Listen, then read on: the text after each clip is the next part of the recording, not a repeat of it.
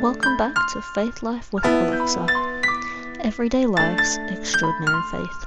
On today's episode, I'm joined by Mieko. Thanks, Mieko, for being on the podcast today. Oh, good. This topic is kind of not what I would have chosen to speak about. Me neither. But, I guess as I was praying about what we were going to talk about, obviously, culture and the church, but nothing, like, no inspiration, no revelation came. And actually, this was just, once this came into my mind, then that's when the rest of everything else was like, oh yeah, this is what the Lord wants to talk about. Let's see. Nah. I think because, like, being over 30 in the church and single has been difficult for me personally. And I think that there's a lot of single sisters in the church over 30, especially here in Queensland. And so I hope that, I don't know, the things that we will talk about today may help someone. Yeah, for sure. First, before we start, do you want to share a little bit about yourself? Yeah. So I work in childcare. I really enjoy kind of working with the high needs children and kind of figuring out how to help them best. And I like being creative and doing art and carving and expressing, I suppose, my faith through those things, but also my Māori culture. But yeah. In what ways have you been able to express your faith through your carving and your art? I think I use a lot of like the spirit to help me kind of, because I get asked to do things for people specifically, so it helps when I draw on the spirit and like rely on the Lord to kind of convey what I should or what should be conveyed. And also kind of getting those feelings and those impressions for the people that have asked me to do it for someone. So like it's more like intimate sort of, and I think by the time I finish something it kind of feels right. Yeah, so and most times those people I've done it for something, they also feel that sort of connection like to themselves, but also ultimately like their worth. Yeah. I love that because it really is a testament that Heavenly Father knows each of us individually. And it's also a testimony of personal revelation, being able to receive those kind of impressions for someone that you don't even know. Yeah. But yeah, that's really cool. That's actually what we were gonna talk about. Yeah. Culture and the way that you're able to express that, but that's okay. Maybe it might come in and out. Well, hopefully, because I actually think that you're really talented at that. That's why I wanted to. That's why I asked you to talk about that specifically. Yeah. At the beginning, but that's okay. So, you born in the church, raised in the church. So my family heritage in the church is pretty strong. So my grandparents, because I come from New Zealand, they kind of moved down from like the top of the North Island or mid North Island, and they were called to serve as labour missionaries for the building of the New Zealand Temple and the church college. So it's a pretty big legacy for me that my grandparents kind of made and created with their family. How they showed their faith in the Lord and stuff, and so it's been a really big part of my upbringing. So that was my dad's side, and then my mum's side. So she and my nana both converted like when she was 11. Yeah, so there was kind of that learning curve for her too, like my nana and mum and her family. But they're all kind of like strong women within the gospel. So there's been like a pretty good example of faithful women in my family. My dad died when I was younger, so I didn't really have like the priesthood figure in the home. Well, not until my brother turned 12. He got the Aaronic priesthood. But we had like a pretty good, like, I don't want to say stream, but like a pretty good like home teachers and bishop and stuff that, you know, kept an eye on us. Yeah, so like I did feel that sort of loss for a little while in trying to figure out like the role of priesthood in my life growing up. But I think I've figured it out now. And I do appreciate it, I think, a lot more. Yeah, so a very strong influence of faith in the gospel growing up. Yeah, which I am grateful for. Yeah. Yeah. Sounds like you have kind of developed a strong faith as a result of your progenitors. Yeah, definitely. Yeah. I think it took me a while, like, you know, you always kind of ride on your parents' testimonies. But I think eventually, yeah, I got there. Like, I didn't ever really kind of, like be a rebel. But I think I always knew deep down, like, this is what I wanted to do. Yeah. So just testing those things and asking for those things. Gaining those experiences. Yeah, well, each of us have to go through that. Each of us have to develop our own faith. And you know, the prophet says that in order to be able to survive spiritually, we have to have our own testimony and our own conversion. So, what things helped you to make that gap between having your, you know, following your parents' example on faith and then developing your own testimony and conversion? Like, honestly, just doing the basics. So like scripture reading, you know, but also reading like general conference talks and like actively listening to them, actively questioning them, or also praying for experiences about them. Yeah, I think when I gave my testimony of like President Nelson, I think I was just driving in the car, like listening to one of his talks, and then I just started crying. I was like, what? And then just the words came, like, yeah, he's the prophet of God. So, yeah, I think just those small, like, moments, I think, are what kind of, you know, ticked over from my mum's or my nanas or my grandma's to my own. Yeah. Thanks for sharing that. It reminded me of gaining my testimony that President Nelson was a prophet. Yeah. I think it was the first time I actually questioned if, like, a prophet was a prophet.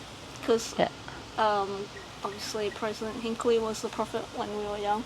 And then when he died, we were still kind of young, and so it kind of just naturally progressed to Thomas S. Monson. Yeah, it's kind of like our first adult prophet, eh? Yeah. Yeah. And I loved President Monson. He was so good. And so when he died and President Nelson was called, I was like, yeah, I actually, for the first time I doubted. I was like, no, I don't know if this man is a prophet. I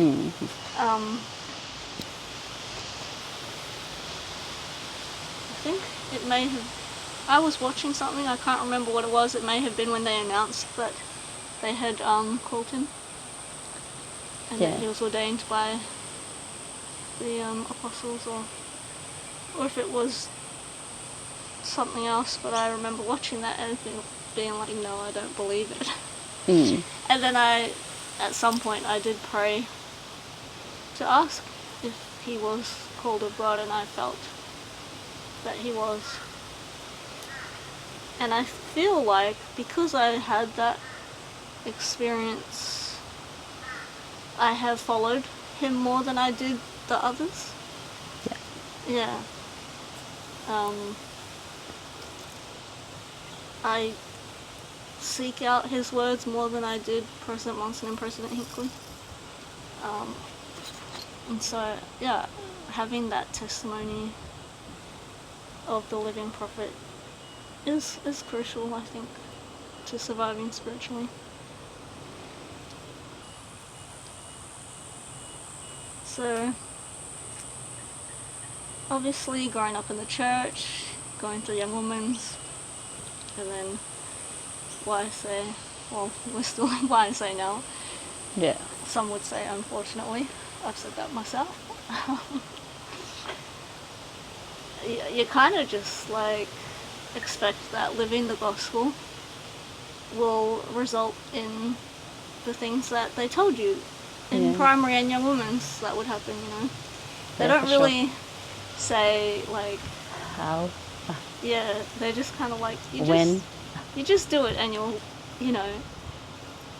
Basically, you'll live happily ever after. Obviously, they don't say it like that, but that's basically what is implied. And so, through my 20s, I was just like, oh yeah, I'll just keep living the gospel. It will come.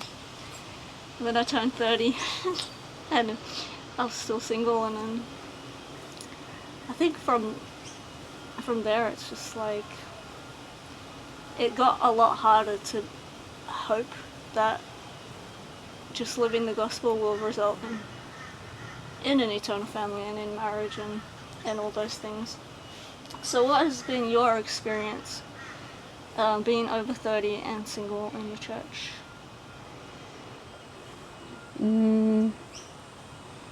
I think it's a couple of things. But like, I don't know, personality wise, just being like on the quiet shy side. You know, it definitely affects kind of social interactions. But also being kind of like on the bigger side, like weight wise, that I think adds to it too. Like maybe confidence wise. But I think, you know, those are all kind of like my personal factors, not everybody's. So it's kind of all those things that you say, like, you're being told if you live like a certain way and, you know, you strive your best, you know, you'll get all those things that are promised. But it's always just kind of like the waiting, or like you're unsure if you're actually doing all those things that you actually need to be doing to like gain those promises. So I think it's just like,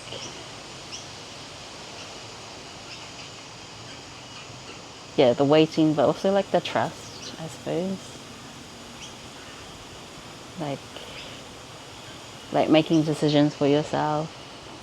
Like, yeah, you want to be able to like get that sort of confirmation from the Lord, but like he also trusts you in whatever decisions you make too. So it's kind of like you're figuring out what you want, but also what the Lord wants, but like finding like what it is that you actually need to do. I don't know, like, I don't know where I was going with this, but I think I think I've like started doing it the past couple of years, like just fully developing like that sense that Heavenly Father has that trust in you. Just to make decisions. Like, yeah, he's always there for you. And so like it's almost like that uncertainty, like if you get into a relationship or if you even like start dating or choose to go out with someone, it's like, I don't know if it's like hanging over your head, like, or is this the one, like, could it be, or like, is it like just something to like refine you? I don't know. Yeah, so I think that uncertainty of like letting someone else into your life, I think that's a lot to let someone do that. Yeah. But yeah. Yeah. I don't know. I really liked that you said it's not only an exercise of us trusting Heavenly Father, but it's a sign. That's not what you said, but I can't think of another word. That He trusts you. Yeah. I never thought of it like that, but thinking about it like that actually increases my hope and trust in myself as well and in Him. Yeah. What was it that made you or helped you to see that it was that, like, that it's Him showing His trust in you? Oh, I think it's like how, like, I've decided to like kind of making big decisions, like moving over here, like it felt right, but it was also like I was praying, I was fasting, going to the temple, all those things, but not ever really feeling like a confirmation, yes, but but feeling okay about it, like, and it was kind of like weighing, like how the scriptures say, weigh it out in your mind, study it, do all the things that you need to. But I didn't feel like I needed the confirmation. Like I felt like He trusted me to make the right decision or to make a decision. But it was also like bringing it to Him as well. Like, hey, this is my decision. I'm going to go home, like, because I was here for a holiday. And by the end of the holiday, I decided I think I want to move over. But that was also like talking to my mom and talking to like my family too. But like I studied it out, like, oh, these are things I need to like tie up while I'm back home, like the job, any debts that I had, any sort of other obligations that I had. It's like, look, I'll give myself a month, and like if I can tie up all those ends, and I would take that kind of like as your confirmation. But I never felt like He didn't trust me to make it. Like I just felt like it just flowed. So, and like I think I did have that two-way trust to be like He would kind of intervene, or like if anything wasn't right. But I think that's most of the ways I've kind of like made my decisions, and it wasn't until like maybe a couple of years ago when I realized it was that understanding of His trust for me in my decision, because I don't think He would have let us have free agency if He like didn't trust us to make those kind of big decisions. Yeah. Yeah. And He wants us to choose us. Oh, He wants us to choose Him. So He's trusting us to choose Him. So I think it's kind of like my thoughts on it. Yeah. Free agency is definitely like the biggest gift that He's given us. Yeah. Yeah. But no, thank you for sharing your experience. It shows a lot of faith to move to a whole nother country. It does. Yeah. Because you didn't get that confirmation at the time, you said you got it later. What kind of like thoughts or basically what did you use to weigh up the decision and make it? I don't know. So how did I come to the decision? Yeah, like I think it was just like how I was living back home. Like, how is that gonna help me in my future? What am I doing?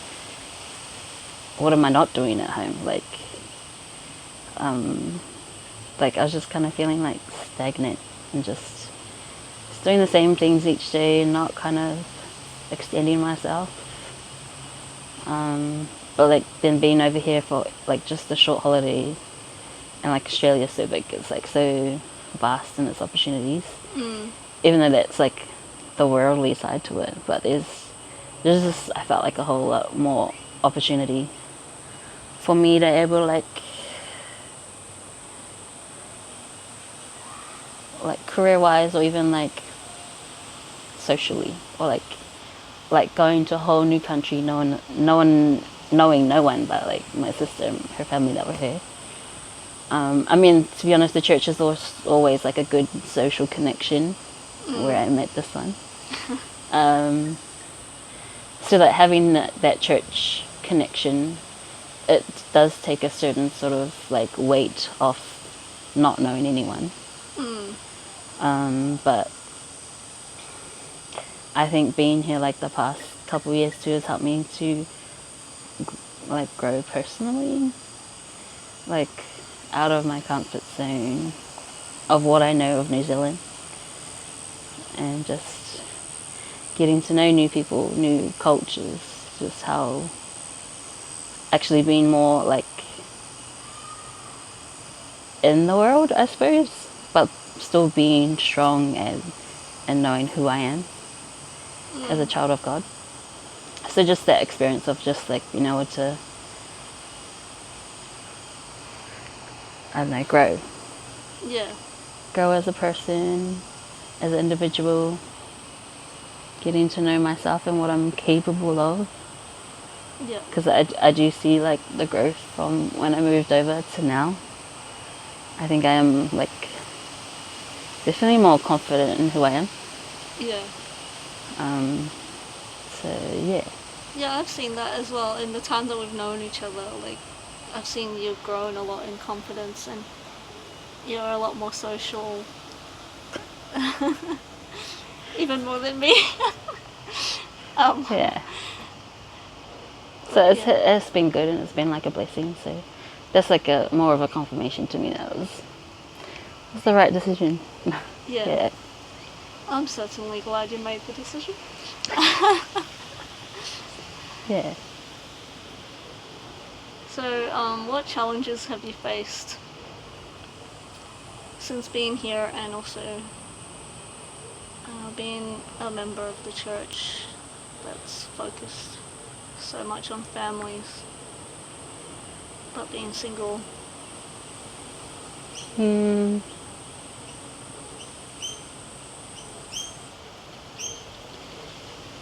Challenges, I think there's always that. Oh yeah, go. I was just going to say, what challenges do you think other people, other sisters that are in the same situation might face? Yeah, I think there's always that kind of longing for like, I want a family. I was like, oh, I want what they have. Like, it seems like so like nice and fulfilling. And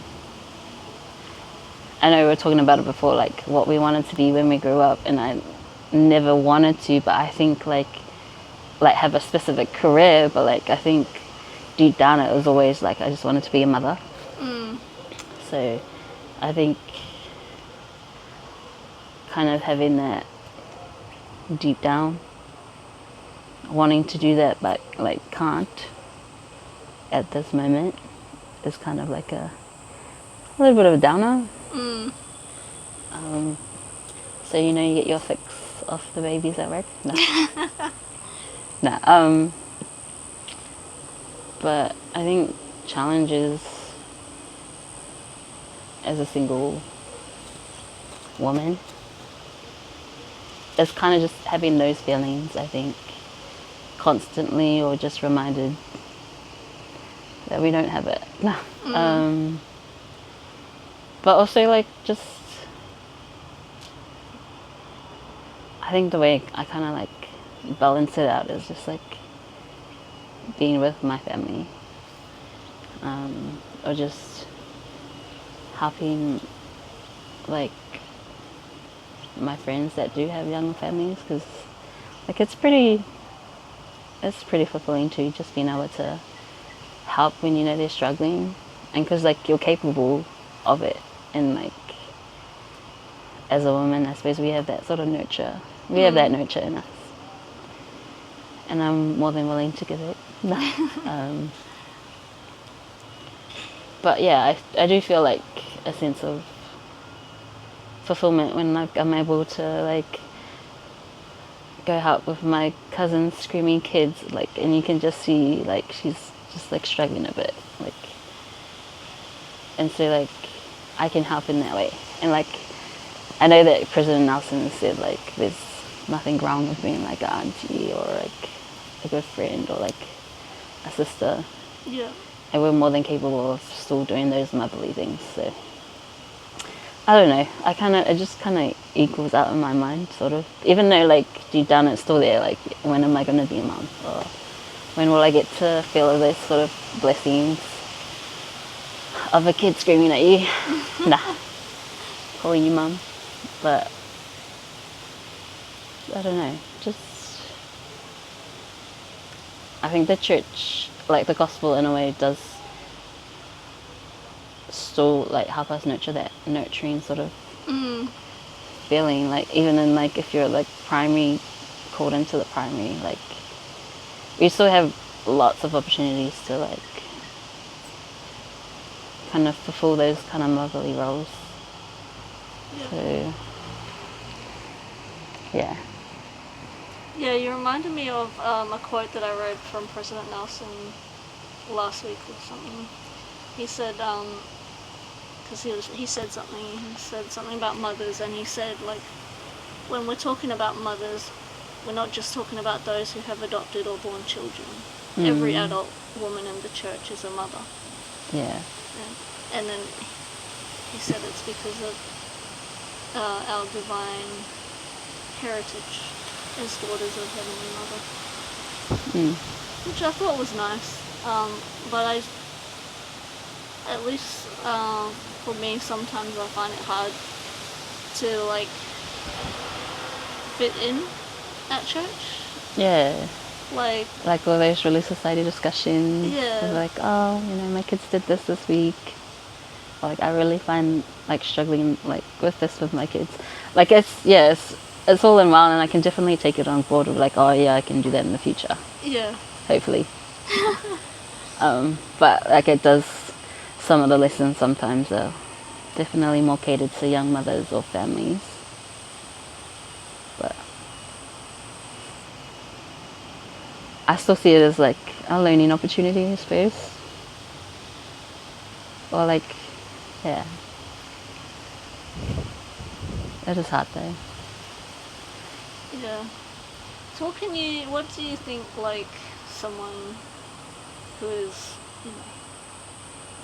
finding it hard to see their place in the church, what do you think? Because of, I don't know, if they're single and over 30, they don't really feel like they have a place. What do you think someone could do to overcome that?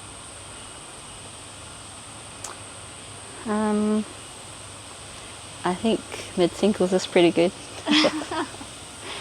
So the mid-singles that meet, like, they're a pretty good bunch of people, and like they come from like all walks of life, but like I think it's that similar sort of feeling that they have too, that kind of helps us to get through, I suppose. Well, it's for me, I suppose. Because, like, it's taken me a while to actually commit to go to mid-singles activities, but, like, as I start to open up or, like, start to talking and get to know them, I suppose it, like, I'm more happier and, like, more willing to go. Just because it gives us that sense of, like, belonging. So mid-singles. But, like, out of that group, what was the question? What can someone do to find belonging and connection? Find belonging.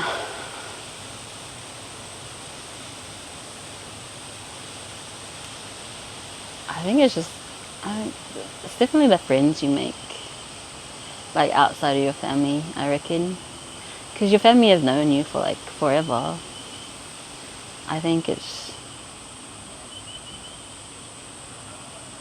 definitely, like, kind of,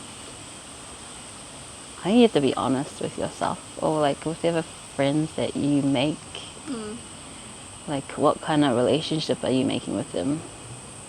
Is it an honest, open one? Is it like just a keep giving one? Or is it like a give and take? Or, like, I don't know. To find those kind of people that help minimize those sort of feelings, I suppose. You do that for me. Nah. Oh, thanks. Yeah. Even if you don't think so, but you do. Oh, thanks. I didn't realise that. So thanks for saying that. Yeah.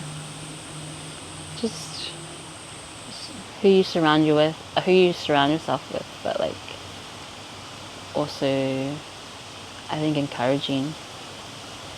Just to not be complacent within the church or within the gospel. Like, just reminding them of their worth. Yeah. And never judging. Because it's, like, it's definitely not our place to judge.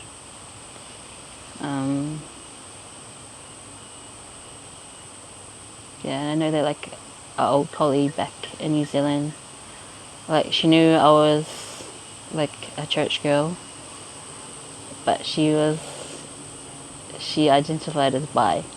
So she didn't want to tell me at first, or, like, it wasn't really come across in conversation much. But, like, as we grew to, like, into, like, a better friendship, and, like, she's like, you're not what I expected. Like,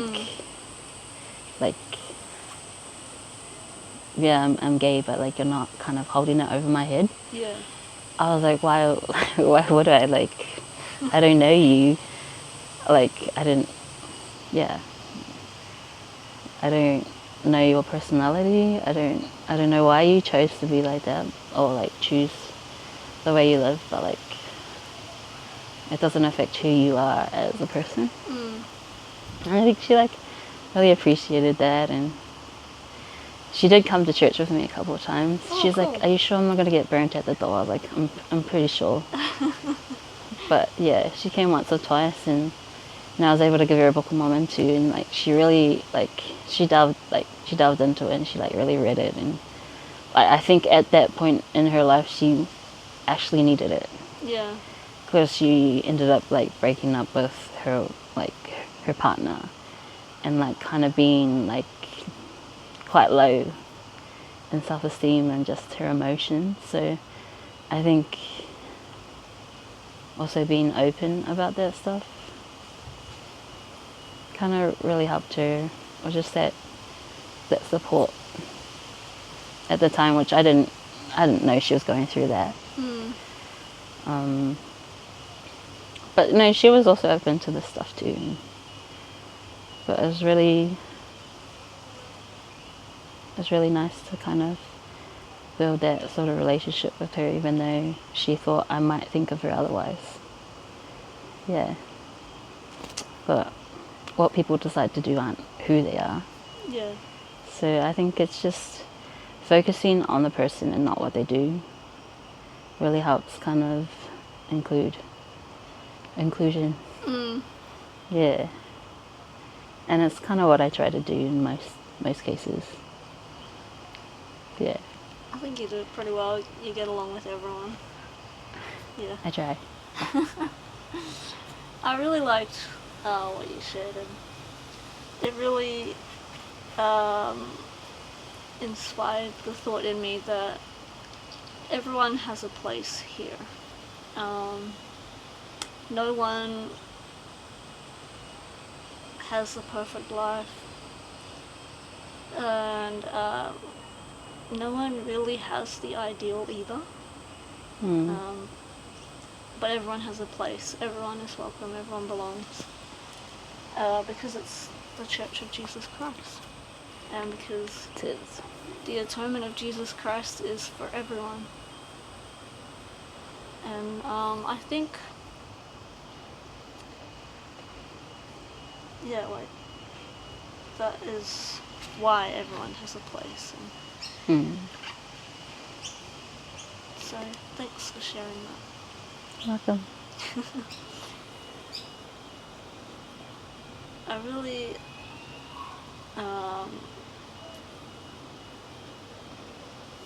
really like to, with this podcast, I really like to share, not me personally, I really like to be able to have people share their experiences of faith, because we're just normal people, but through faith in Jesus Christ,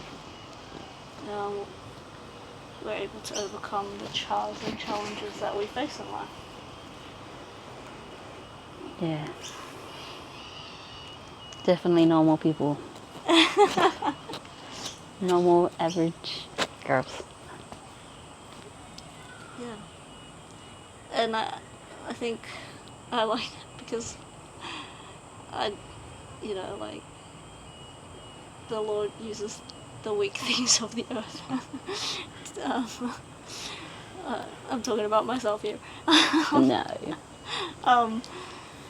And it's very easy to look around and think that the other person has everything figured out, and they may have, but it doesn't take away anything from who you are.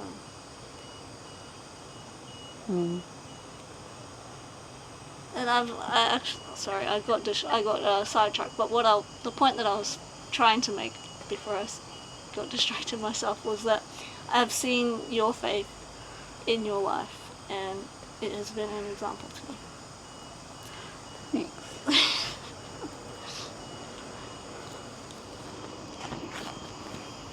Thank you for sharing your faith, not just with your words here, but in the way that you live your life. Do you have any advice for someone who might be struggling to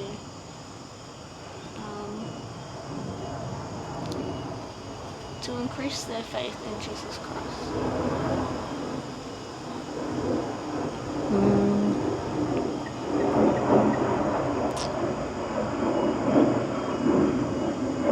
I think if they have faith and you have a testimony and you're struggling, I think a scripture that comes to mind is, it's in DNC, I can't remember where, 6 maybe, about it's not always needing that constant sort of confirmation and revelation from God that this is right, like the church is true, but casting your mind back to those times where He's already told you, He's told you it's true, or in those moments that you've developed those testimonies of the different principles. It's you already know, and it's just kind of holding on to that, because you already know, but it's just not being complacent,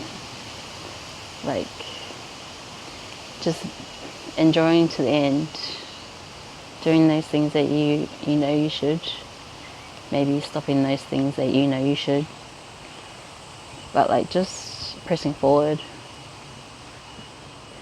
just keep going. Yeah, I know it's pretty hard. It's pretty hard not to feel complacent, like I'm doing all these things, just keep going. Yeah, I think it's pretty hard to keep going sometimes, Yeah. but just keep going. Press forward. Press forward. Enjoy to the Yeah. end. Yeah, just all those good words. They're very easy to say. They are very easy to say. Not so easy to do, but it is true. I do Yeah. know that is true. So thank you. I think it's also never losing sight that, you know, you are a child of God. And there's so much potential, and you are loved even though you don't know or you don't feel it. You are. Whether it be by family, but definitely by like Heavenly Father, Heavenly Mother, Jesus Christ. Yeah. And I know like sometimes, like when I was feeling like maybe the loss of His love, or not feeling like I was feeling it, like praying for it, like simply saying like, are you able to, or like, can you just please either show me your love?